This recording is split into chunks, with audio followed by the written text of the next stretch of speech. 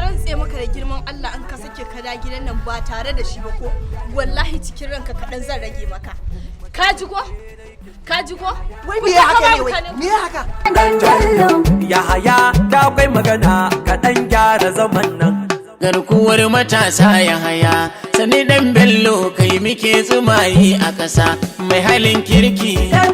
Shafi'iya na ganka haka wani iri. Ba dole ka ganna a rikici ba.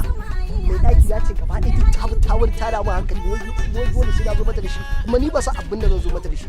Ita mai ɗakin naka? Tana a hanyar da muke kenan na gaji na bar gida. Sai ka zo mata da shi? Abin da dai take faɗi kenan. Mu je gidan. Kai mu je gidan fa kake magana ba. Mu je gidan, mu je ai baka shekara ta yi mu je. Ka ko san ba da take mu. A'a ba ruwanka kaga kira ka. Ni na ce maka mu ba ruwanka zan iya ne. Khadija.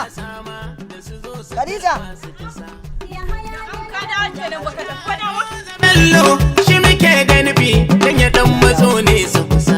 Yahaya Bello. Yanzu na ji ba kawo yaro ya harbi ubansa kaga kenan. Wannan shine mafita ga 'yan Najeriya 2020.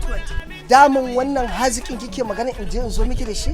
To dawa kake tunani. Ai wannan da kake gani shine zai kwato mana 'yancin mu a matsayin mu na mata. Ya farfado mana da tattalin arzikin mu a ƙasa. Gaba ɗaya a zauna lafiya.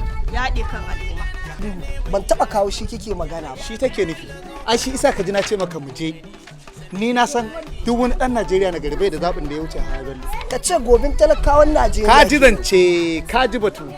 Yahaya Bello alkhairi ne. Sai idan abu babu kasa ne ake ta babar a zo a buɗa a buga.